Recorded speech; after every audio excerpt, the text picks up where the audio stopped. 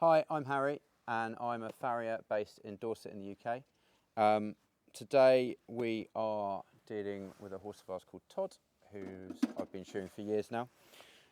Todd doesn't grow that much foot, so what we do with him is he still needs to be shod on a regular cycle on that 5-week rotation, but we use a rim pad to create some solar depth so that he has a little bit more depth between the floor and the actual hoof itself.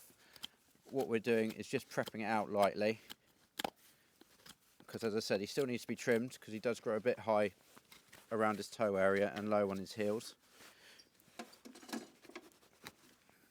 Trimming up his frog as you would do normally.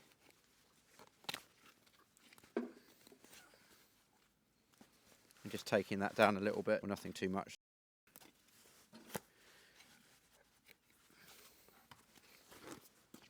And then his feet aren't actually, he grows a little bit of toe and then he drops away through that inside heel. And he's slightly higher on his outside than he is on his inside, which is relatively normal for horses, but he's also slightly contracted through that outside.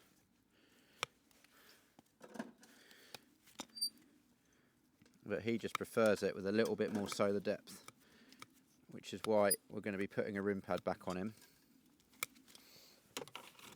Good kid.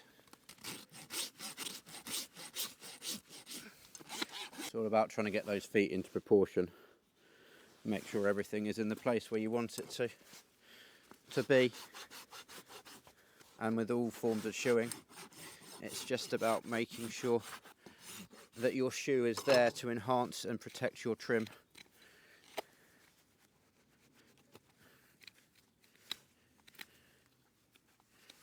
Hey mate. Good boy. So as you can see from this foot, a rim pad is just a pad that is just around the circumference of the inside of the shoe. So it doesn't actually cover the bottom of the foot itself. It's just there to provide a little bit more solar depth to that foot.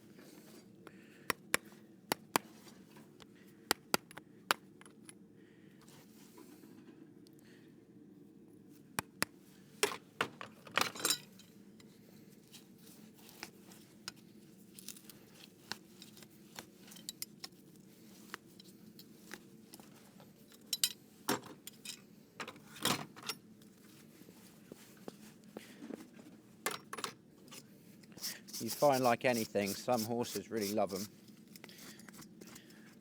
and some horses don't as much, but that is pretty much solely dependent on the horse and a little bit trial and error sometimes.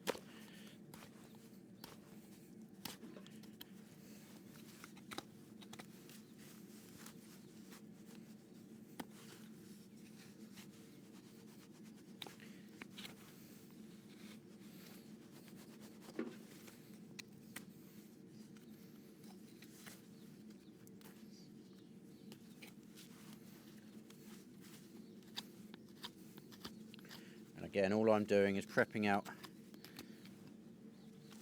the flaky, exfoliating sole, just so I can see where I am with these feet.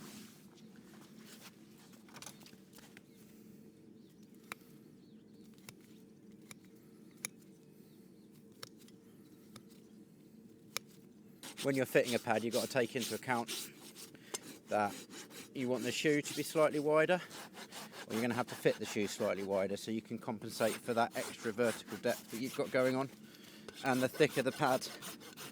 So if you've got a wedge pad, for example, the more of a width of shoe you're going to have and a more of a length of shoe to compensate for that pad being there.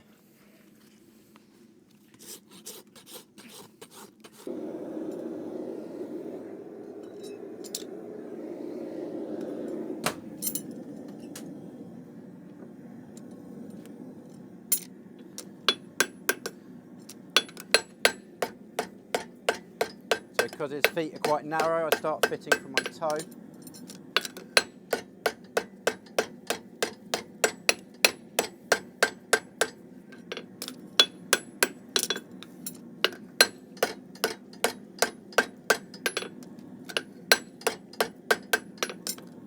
not really doing anything with my clips yet because I'm going to draw them up a little bit. Because I'm putting a pad there,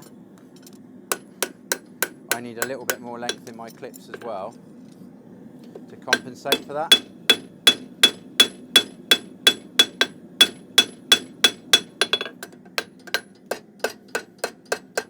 And I'm not going to cut them in because his feet don't need it.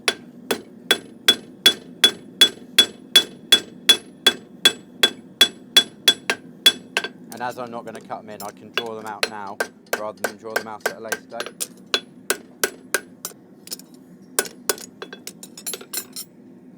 I think I'll probably need to narrow this one up, but we'll have a look. I don't actually want to sit this shoe that far under.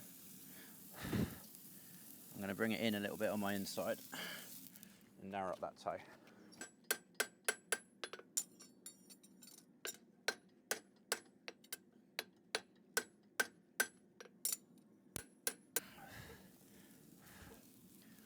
Good boy.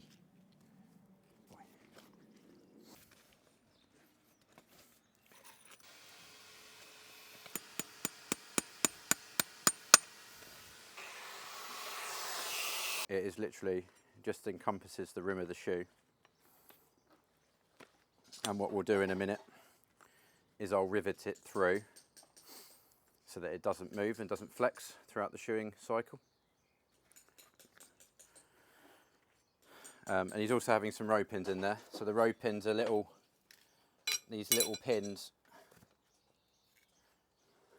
I don't know if you can see that on the camera. See it in a minute.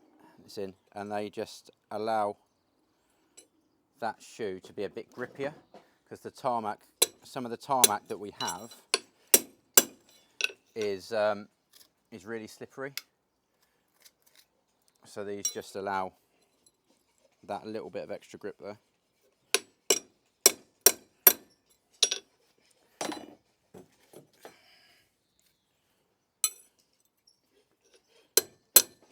And that's what the row pins look like when they're in the shoe.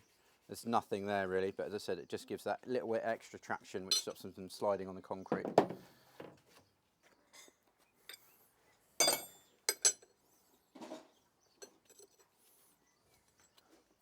I'm just using a little pot rivet.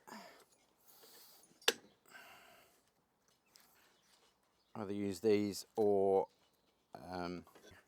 roofing nails work quite well as well. It just rivets them in, just like that.